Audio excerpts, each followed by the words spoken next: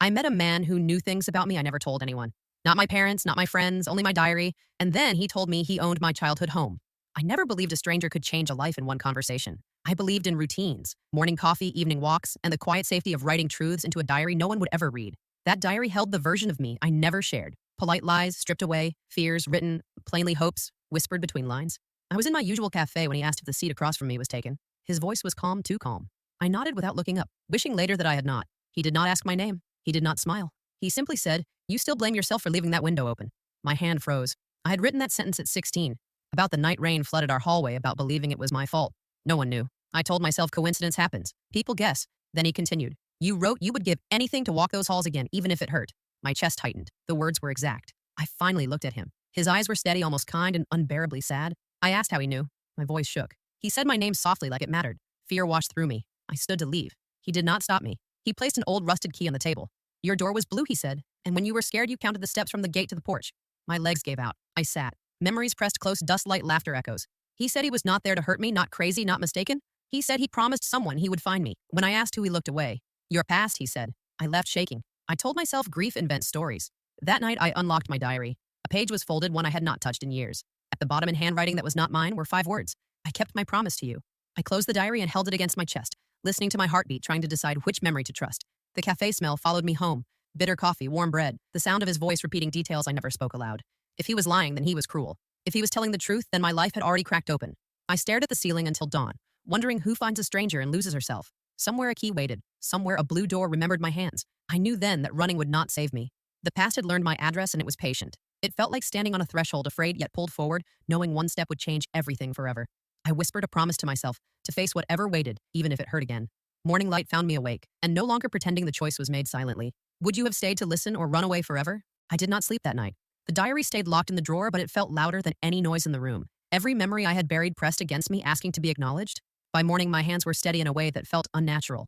I went back to the cafe because fear had already taken enough from me. He was there before I arrived, sitting in the same seat like time had waited for him. When he saw me, he nodded. Once not surprised, not relieved, just ready.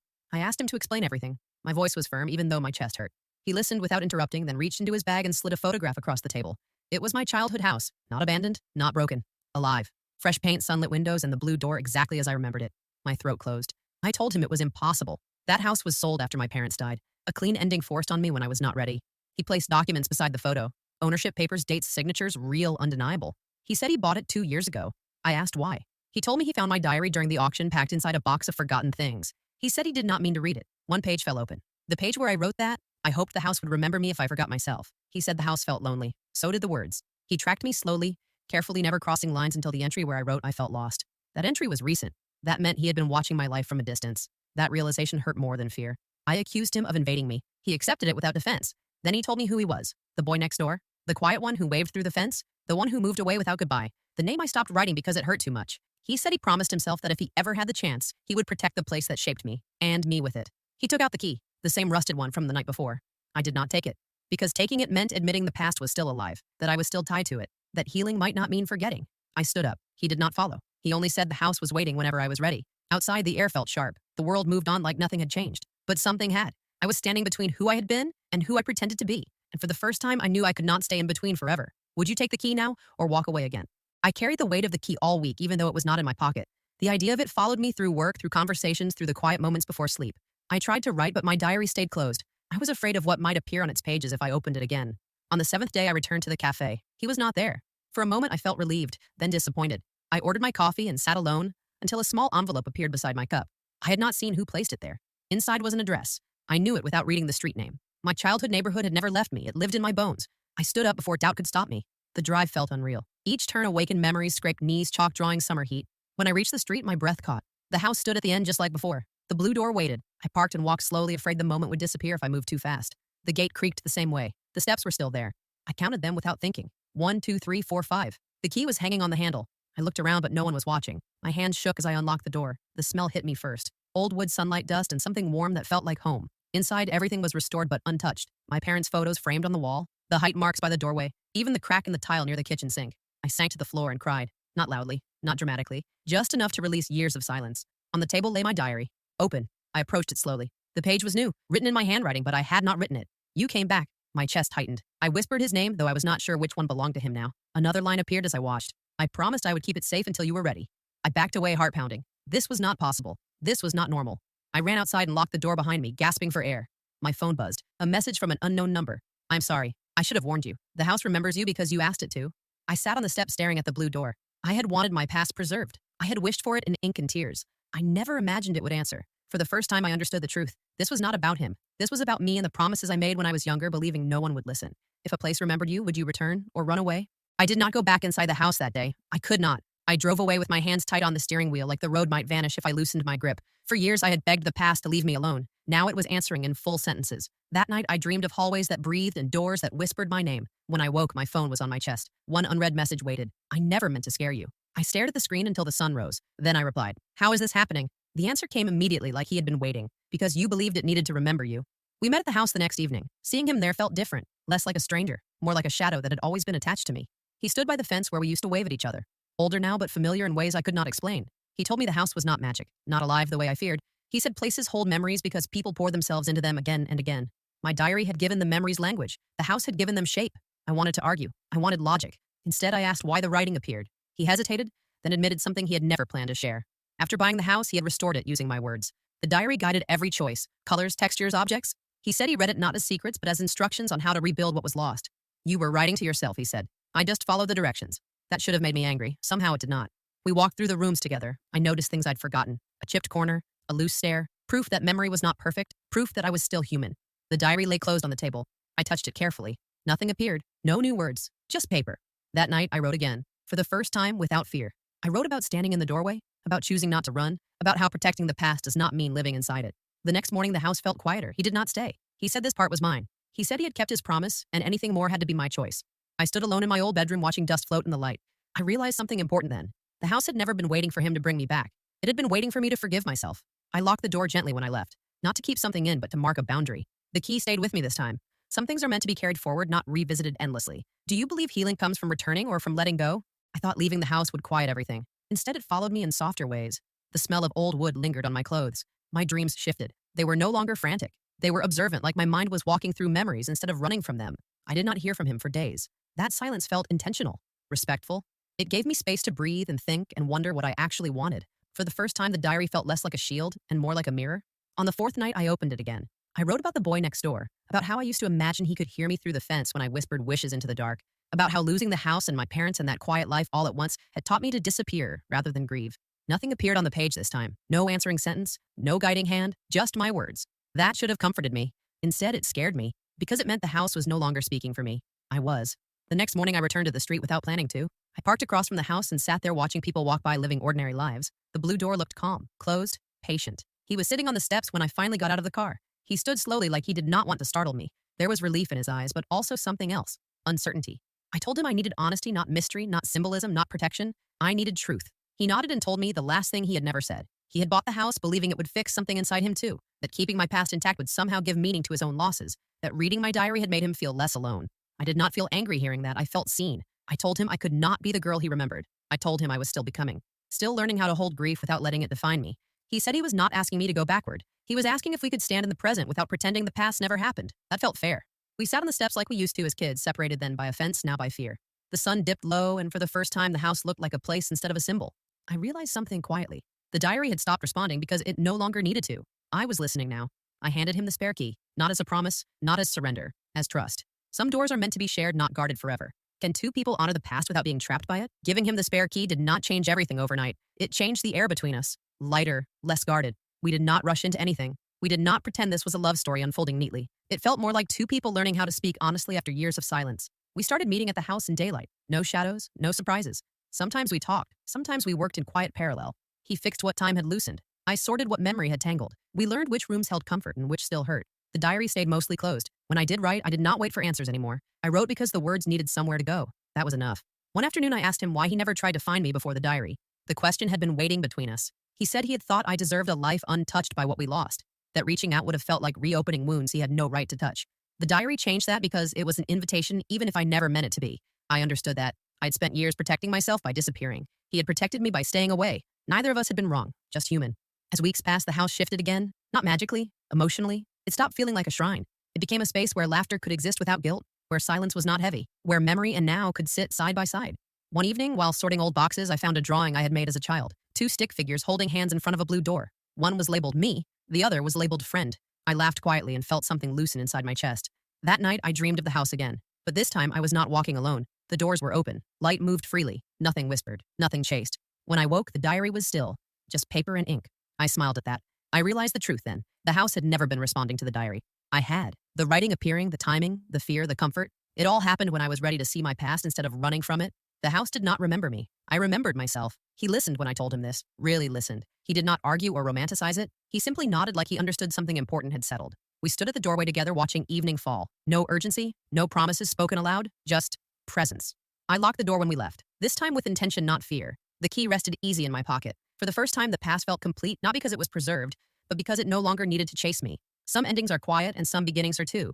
Do you think closure comes from answers or acceptance? Life did not pause just because something inside me had settled. Work deadlines returned. Friends asked questions I did not know how to answer. I found myself smiling at ordinary things again, and that felt unfamiliar. Almost suspicious, like joy needed permission I had not yet granted. The house stayed mostly quiet. We visited less often, not because it mattered less, but because it mattered differently. It no longer demanded attention. It waited like something that trusted me to come back when I needed to. One afternoon, I received a message from him asking if I wanted to walk the neighborhood, not the house, just the streets. That distinction felt important. We walked slowly, pointing out places that barely existed anymore. The corner store where we bought candy. The empty lot where we imagined futures too big for our small voices. Memory softened when shared. It lost its sharp edges. He admitted he had been afraid the moment I understood everything, I would disappear again. I told him I'd been afraid staying would erase who I had become. Saying it out loud made both fears feel smaller.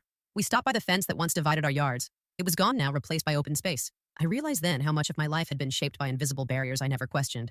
That night, I opened the diary with intention. I wrote about boundaries, about choosing connection without losing myself, about how the past does not ask to be relived, only acknowledged. No words appeared. Instead, something else happened. I closed the diary and felt complete. Days turned into weeks. Our connection deepened slowly, built on conversations, not coincidences. He never asked me to move back. I never asked him to stay away. We met in the middle where honesty lived. One evening, as we locked the house together, he asked a question quietly. What do you want now? The question startled me because it did not reference the past. It did not assume an answer. It gave me space. I thought about it for a long time. I want to keep moving forward, I said, with room for where I came from, but not chained to it. He smiled, not relieved, not disappointed, just aligned. We sat on the porch, watching lights turn on across the street. The blue door behind us felt like a witness, not a weight. I understood something deeply then. Healing did not arrive in a dramatic moment. It arrived in consistency, in choosing presence again and again, in allowing someone to see me without handing them my identity. The diary stayed with me not as evidence, but as history. The house remained not as a shrine, but as a chapter I could visit without getting lost. When I stood to leave, I felt steady, not finished, but grounded. Some stories do not end with a revelation. They end with a decision. And that night, I chose myself without walking away from everything that shaped me. Is moving forward harder than holding on? Choosing myself did not mean choosing solitude. It meant choosing with awareness. That difference mattered more than I expected. I stopped waiting for signs and started paying attention to my own reactions. What felt heavy, what felt honest, what felt like growth instead of habit. He noticed the change before I named it. He said I walked differently now, like someone who trusted the ground beneath her. I laughed but knew he was right. Fear had loosened its grip. We did not define what we were. We defined how we treated each other, with patience, with permission to pause, with room to disagree without disappearing. That was new for me. One evening, he asked if I wanted to see something. Not the house, something else. We drove out of the city to a quiet overlook where lights scattered below like stars fall into earth. He told me this was where he came when he felt unsure, where he reminded himself that distance changes perspective. We stood there in silence. No revelations, no confessions, just shared stillness. I realized then that intimacy did not always arrive loudly. Sometimes it arrived when no one was trying to prove anything. When I got home, I opened the diary again, not to document fear, to record clarity. I wrote about how love did not feel like being rescued. It felt like being respected. I wrote about how the past could inform without instructing. I closed the diary gently. The house entered my thoughts less often now. When it did, it felt warm, not demanding. I decided to visit alone the next day. I walked through each room slowly, thanked them quietly. The kitchen for holding laughter, the hallway for carrying grief, the bedroom for sheltering dreams I did not yet understand back then. In my old room, I sat on the floor and breathed. Nothing moved, nothing answered. That was okay. Before leaving, I left the diary there, not hidden, not locked, on the shelf where it belonged. I did not feel exposed. I felt complete. Weeks passed, life continued. He and I continued too in our own careful way. One night he told me he was considering selling the house, not because it failed, because it had finished its purpose. I was surprised by my reaction. I felt peace. We walked through it one last time together. The blue door stood open. Light filled the rooms. When we closed it, we did so without ceremony. The past did not protest. Later that night, I realized something important. Closure did not mean holding on forever. It meant knowing when to let go without fear. And for the first time, I trusted myself to know the difference. How do you know when something has fulfilled its purpose? The house sold quietly. No announcements, no nostalgia-soaked goodbyes. Just signatures inked and a final walk past the blue door before it belonged to someone else. I thought I would feel hollow watching it go. Instead, I felt light, like something heavy had finally trusted me enough to release itself. I did not attend the closing. He did. He said some endings are easier when witnessed from a distance. I believed him. That evening, we met for dinner somewhere new. No shared history, no memories hiding in corners. We talked about ordinary things, work plans, small frustrations, future trips that existed only as ideas. It felt strangely intimate to speak without referencing what brought us together. After dinner, we walked. The city hummed around us, alive and indifferent. I realized how long I'd lived feeling observed by my past. Tonight, it felt quiet. I asked him if he regretted buying the house. The question had lingered since he mentioned selling it. He shook his head. He said it gave him closure too, that holding something precious too tightly can freeze it in time. Letting it go lets it live somewhere else. That sentence stayed with me. When I got home, I reached instinctively for the diary, then stopped. I did not need it to make sense of what I felt. The words already lived inside me. I left it untouched. Days later, a letter arrived. No return address. Inside was a single photograph. The house, one last image. On the back, he had written, "Thank you for trusting me with what mattered." I placed it in a drawer not as a secret, but as a keepsake. Our relationship shifted naturally after that. Less about discovery, more about presence. We learned each other in the present tense, not the past one. We disagreed sometimes. We laughed often. Nothing felt urgent. That steadiness felt new and precious. One afternoon, he asked me something unexpected. If the diary were gone, would you still feel like yourself? I thought carefully before answering. Yes, I said, because it taught me how to listen, not because it defined me. He smiled like that was the answer he hoped for. That night, I took the diary from the shelf and reread the earliest pages. The fear, the longing, the girl who thought no one would ever understand her. I felt tenderness, not embarrassment. I did not destroy it. I did not lock it away. I thanked it. I realized then that stories do not end when the mystery is solved. They end when the meaning settles. The stranger who knew my secrets was no longer a stranger, and my secrets were no longer hiding. They were simply part of me walking forward unafraid. Is closure about forgetting or about understanding? I used to think stories ended with answers, a revelation, a door closing, a final sentence that explained everything. What I learned instead is that some endings arrive quietly when you stop needing proof that you survived. Life did not transform overnight after the house was gone. It softened, it steadied. Mornings felt less heavy. I caught myself planning without checking backward first. That felt like progress. He remained in my life not as a symbol, not as a savior, but as a person choosing me while allowing me to choose myself. We built something, slowly grounded in presence, not nostalgia. That mattered more than grand gestures ever could.